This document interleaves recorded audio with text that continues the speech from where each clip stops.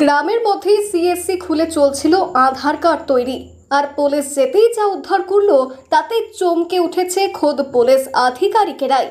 Customer service সেন্টারের আড়ালে চলছিল জাল আধার কার্ডের কারবার। আধার কার্ড তৈরির চক্রের পর্দা ফাঁস করলো পুলিশ। পুলিশের জালে ধরা পড়লো দুজন।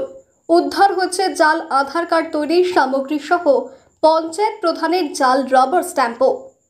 ও আমার ভাই হয় ওই জুতো ফুতো এইসব জেরেস করা এইসব টুকটাক বেচা কেনা করে। তারপরে ওই যে দুজন এসছে, ওরা মোটর সাইকেলে এসছে দুদিন আগে, দিয়ে ওকে বলেছে তোমার কম্পিউটারের জেরেসের দোকান আছে, আমরা এই কাজ করব, আমাদেরকে যদি বলো তোমাকে কিছু পয়সা ময়সা দেবো বলে। ছেলে মানুষ এইরকম ভাবে বুঝতে পারেনি, দিয়ে সেরকম কাজ করতে লেগেছে। আপনারা চলে এসছেন পুলিশ ফালিশ নিয়ে, যে এই অবস্থা। বর্তমান দিনে আধার কার্ড খুবই গুরুত্বপূর্ণ, আর সেই আধার কার্ড তৈরি হতো জালিয়াতি করে।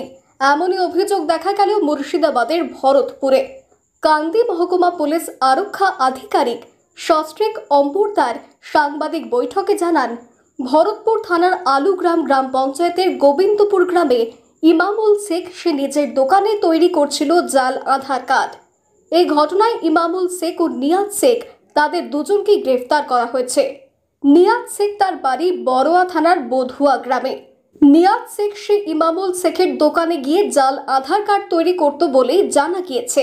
এই ঘটনায় দুটো ল্যাপটপ, একটি স্ক্যানার, দুটি printer, lamination machine, ID scanner, 3টি ফিঙ্গারপ্রিন্ট মেশিন ও ওয়েব ক্যামেরা উদ্ধার করা হয়েছে। এছাড়াও 13টি জাল আধার কার্ড সহ শতাধিক পাসপোর্ট ছবি উদ্ধার হয়েছে। এছাড়াও 29,900 টাকা উদ্ধার করা হয়েছে। শুধু তাই নয়, উদ্ধার হয়েছে থাম্ব ইমপ্রেশন স্ট্যাম্প ও পঞ্চায়েত প্রধানের জাল স্ট্যাম্পও। ধৃত দুজনকে কান্দি মহকুমা আদালতে 10 দিনের পুলিশ হেফাজতের আবেদন জানিয়ে তোলা হবে বলে পুলিশ সূত্রে জানা গিয়েছে। কি কারণে এই আধার কার্ড তৈরি করা হতো, কারা তৈরি করত, তারও তদন্ত শুরু করেছে পুলিশ। গোবিন্দপুর গ্রাম ভরতপুর থানাতে এক জায়গাতে একটা দোকান আছে যেখানে কিছু জাল আধার কার্ড আর এইসব তৈরি হচ্ছে। তো এই ইনফরমেশনকে ওয়ার্ক আউট করতে গেলে আমরা একটা টিম নিয়ে ওখানে স্পটে যাই।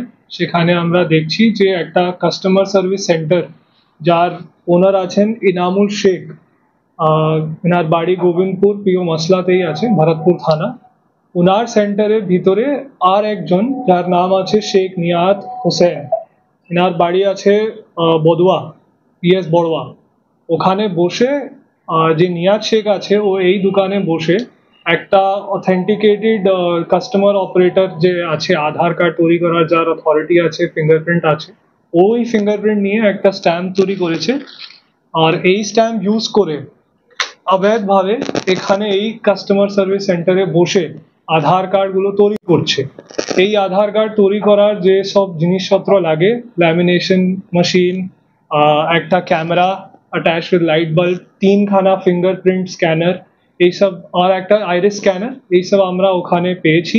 তার সঙ্গেই একটা ব্যাগে প্রায় 100 উপরে আমরা পাসপোর্ট সাইজ ফটোগ্রাফস পেয়েছি, যার কোনো জাস্টিফিকেশন এদের কাছে নেই।